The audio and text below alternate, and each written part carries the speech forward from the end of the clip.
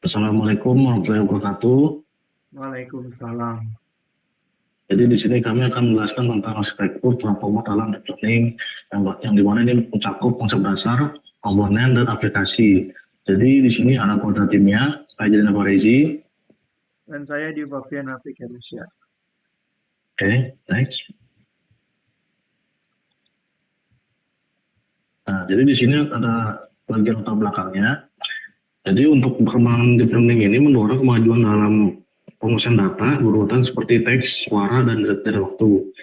Yang dimana model RNN ini beserta variannya, LSTM dan GURU mampu pelajari dependensi temporal tetapi memiliki keterbatasan dalam efisiensi komputasi dan pemodelan dependensi jangka panjang akibat proses sekuensial serta masalah vanishing dan exploding gradient. Di mana untuk mengatasi hal tersebut, state tersebut, itu terbentuklah transformer yang digunakan dengan mekanisme attention tanpa rekursi sehingga memungkinkan pemeriksaan paralel dan pemodelan hubungan global antar token secara lebih efektif.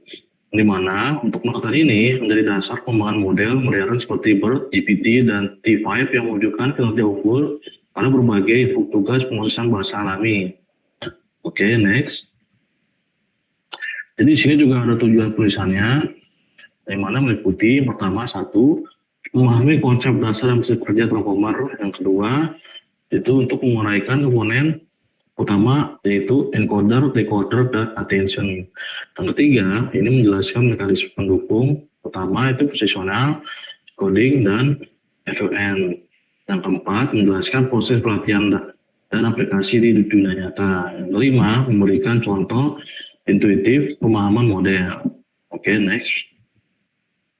Oke, jadi di sini adalah konsep dasar dan keunggulan dari transformer. Jadi apa itu transformer? Transformer adalah struktur deep learning untuk memudahkan data berurutan dengan mekanisme self-attention, di mana ini berbeda dari RNN yang proses data secara bertahap. Jadi transformer ini itu memproses seluruh token secara paralel sehingga lebih efisien secara komputasi. Jadi inti dari struktur ini adalah self-attention yang bentuk representasi kontekstual seperti token melalui komponen query, key, dan value untuk menangkap beragam hubungan antar token menggunakan multi-head attention. Sementara informasi urutan sequence itu dipertahankan melalui positional encoding. Nah, itu juga ada keunggulan dari transformer. Itu pertama, itu cepat atau paralel. Yang kedua, itu efektif untuk dependensi jangka panjang. Yang ketiga, itu performa tinggi pada data besar. Oke, next. Oke, jadi di sini juga ada struktur umum transformer, yang dimana itu meliputi dua struktur, itu adalah pertama encoding dan decoding. Nah, jadi encoder dan decoder ini adalah dua komponen utama transformer, yang dimana encoder ini proses teks input yang telah diubah menjadi encoding untuk memahami konteks dan hubungan antar token. Sedangkan decoder ini menggunakan informasi tersebut untuk menghasilkan output berupa prediksi token secara bertahap. Nah, jadi juga untuk hal kerjanya di sini juga ada perubahan teks menjadi embedding yang ditambahkan personal encoding, lalu diproses oleh encoder untuk memahami konteks dan decoder kemudian menghasilkan token satu persatu, yang dimana hasil akhirnya itu ditentukan menggunakan fungsi softmax untuk memilih token dengan probabilitas tertinggi. Oke, next. Oke, jadi di sini juga ada untuk menggali kemudian encoder. Ini encoder berfungsi untuk memahami sequence input dan menghasilkan representasi vektor yang kaya akan fungsi konteks. Yang dimana di sini juga ada beberapa lapisan dari encoder, itu ada tiga. Pertama itu adalah multi-head self-attention, yang kedua itu adalah feed forward network atau FFN. Yang ketiga, di sini juga ada regional connection dan layer normalization. Nah, untuk yang multi-head self-attention ini, itu dia memungkinkan setiap token memperhatikan token lain dalam satu kalimat untuk memahami konteks dan hubungan. Contohnya itu kata banjir akan lebih fokus pada hujan deras karena hubungan sebab akibat. Jadi dan selanjutnya juga ada feed forward network atau FFN. Jadi setelah proses attention, setiap token proses secara terpisah untuk memperkaya representasi melalui informasi non-linear. Yang ketiga juga ada action dual, connection, dan layer normalization, di mana untuk membantu menjaga stabilitas pelatihan, juga hilang informasi, serta mempercepat konvergensi model. Oke, next. Jadi di sini akan menjelaskan tentang dari Pastio.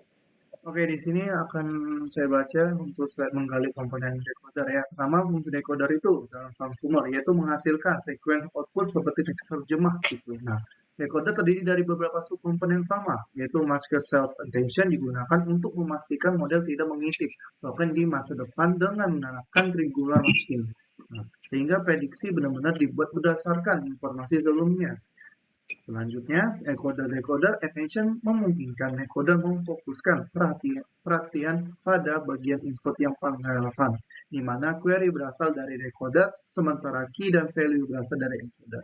Nah, terakhir nih ya, hasil pemeriksaan ini dilewatkan ke feed forward network atau VPN sebagai tahap pemeriksaan akhir sebelum menghasilkan output token.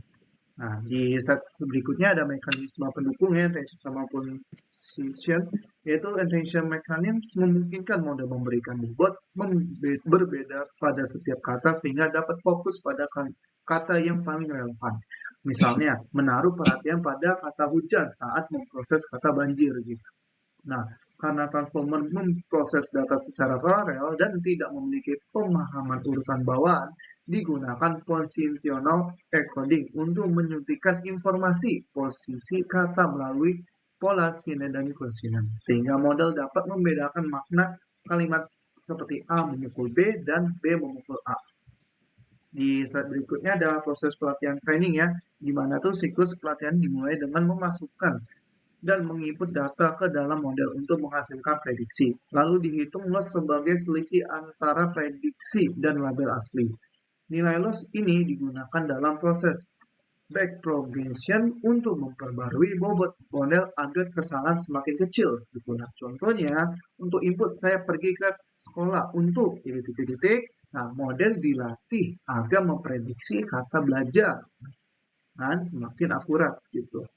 Nah, untuk slide berikutnya ada aplikasi transformer, yaitu transformer adalah fondasi AI modern ya, di mana transformer sebagai fondasi AI modern digunakan luas gitu di berbagai bidang. Contohnya di NLP dimanfaatkan oleh Google Translate, chatbot seperti ChatGPT dan peringkatan teks, summary text. Nah, analisis sentimen berperan dalam mendeteksi emosi dan opini pada urusan pengguna gitu. Nah, question answering memungkinkan sistem tanya jawab otomatis dan kontekstual. Dan computer vision mengadopsi vision transformer VIT untuk tugas klasifikasi gambar. Nah, speed processing mendukung teknologi pengenalan suara atau speed to text. Nah, di sini untuk bagian kesimpulannya dari presentasi kita, revolutionary architecture hadir menggantikan IAN dalam pemrosesan data sekuensial. Keberhasilan didorong oleh mekanisme attention serta kemampuan pemrosesan paralel yang sangat efisien. Dampaknya sangat besar karena transformer mampu mengatasi masalah dependensi jangka panjang dan mempercepat proses pelatihan secara signifikan dan memberikan performa yang unggul pada berbagai tugas. Nah, saat ini transformer menjadi fondasi utama pengembangan teknologi EM modern. Nah, di sini ada Word juga ya yang sudah kita kerjain, di mana di sini ada terdapat 8 halaman. Di sini ada ini aja bab 1, bab 2, bab 3, bab 4, sama bab 5. Di sini ada referensi juga untuk laporan algoritma transformer seperti itu. Nah, seperti itu aja presentasi kita. Jika ada kesalahan dari yang kita ucapkan, mohon minta maafnya dan assalamualaikum warahmatullahi wabarakatuh. Waalaikumsalam, terima kasih semuanya.